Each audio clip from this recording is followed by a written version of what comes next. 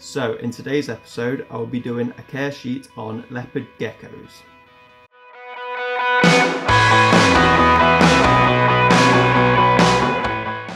I believe that there is a difference between living and surviving. Living is what I class as giving them the option to climb, to have a big open area to walk around, to hide under stuff, to have a moss box if they need it, whereas surviving is the bare minimum.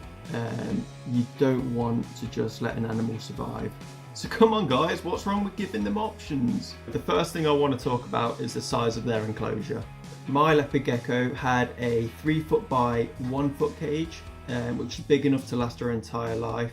If you start with a younger leopard gecko, you may need to downsize that a bit to a 2 foot by 1 foot cage until they hit sub-adult age, and then you'll transfer it into the bigger one. Just so you know, you don't have to use a vivarium, you can use a glass terrarium instead. It's your preference. I personally like the vivarium, but it's totally up to you. That is your preference. So guys, the substrate that I recommend that you use for your leopard gecko is beach chippings. I've always used it all my life, never had any problems with any animals whatsoever. So yeah, it also looks nice in the enclosure, quite a nice substrate to use. You can always use stuff like repti-carpet as well, which I've used in the past, and I've had no problems with it other than nails getting stuck in the little fibres in it. But that is also a good one to use. It's better than an animal getting impacted by sand, so never use sand. I'm going to move on to heating. Heating is so important for a leopard gecko. They stop in a hot environment in the wild, so we would need to mimic that in their enclosure. I would recommend using a heat mat set at around 33 degrees on a thermostat. This heat mat needs to cover from 1/3 to half of their cage. This is so they can move from the hotter end to the cooler end if they like to. This is an example of a heat mat, so this is something like what you should be using in yours along with the thermostat. You plug this end into the thermostat and then the thermostat into your mains. Now, very important to know that you should not be covering your heat mat up with substrate that is this thick. You want to be covering it up with just one thin layer, as this won't heat up the air, it will just heat up the thing it's touching. Leopard geckos are actually crepuscular. This means they're awake in the morning and the evening. This would mean that they get sunlight in the wild. You will need to mimic this using a UVB tube in their cage. This can only be a benefit to them. This helps them digest the supplements that you give them easier and will lighten their mood up. So guys, what do you feed your leopard gecko?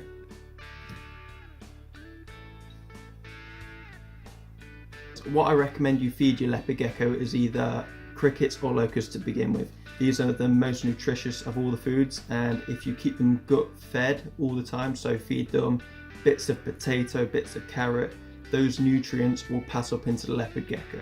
You can also purchase stuff like mealworms, moria worms, wax worms. These will contain a lot of fat, so these should just be used as a treat on a weekly or even monthly basis. These kinds of foods can also increase the chance of your leopard gecko not eating the more healthy stuff. This is the most important part of feeding your reptile.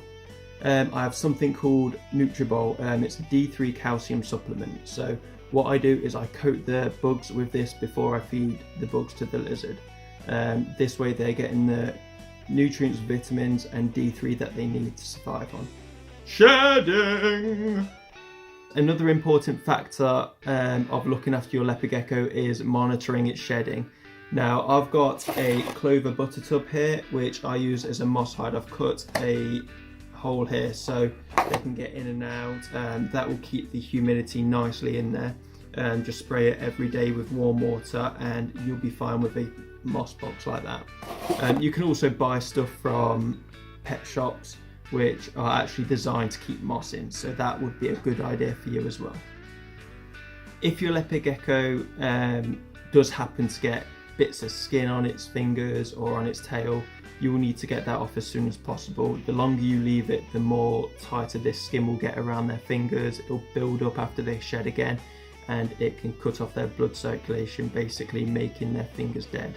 The best way that I sort it out is I get a tub and I put some tissue at the bottom, just dampen that tissue, put your leopard gecko in that tub and let it soak its feet for about 10 minutes. I then can roll the bits of skin from its fingers. You don't want to be pulling or tugging at it too hard, as this could cause more damage. So just let it happen. If it's not coming off, let it soak a bit longer and then take it back out, try again. You want to make this as less stressful for the leopard gecko as possible. Lastly guys, I'm going to talk about cleaning out your reptile. This should be done once a month. This is a full clean, so taking out all the substrate, putting the hides and bits of bark, bits of greenery you might have in there, just give them a soak, a little scrub, put them back in the cage when they're fully dry, and you should be fine. You should also be doing a spot clean every day, so that means taking out the poo that they've done in the cage and replacing their water every day. So guys, I hope you enjoyed this care guide. I should be doing more in the future depending on how this one goes. Please like this and tell me how I'm doing in the comments below, because I'd like to hear all your feedback. Yeah, thank you for watching.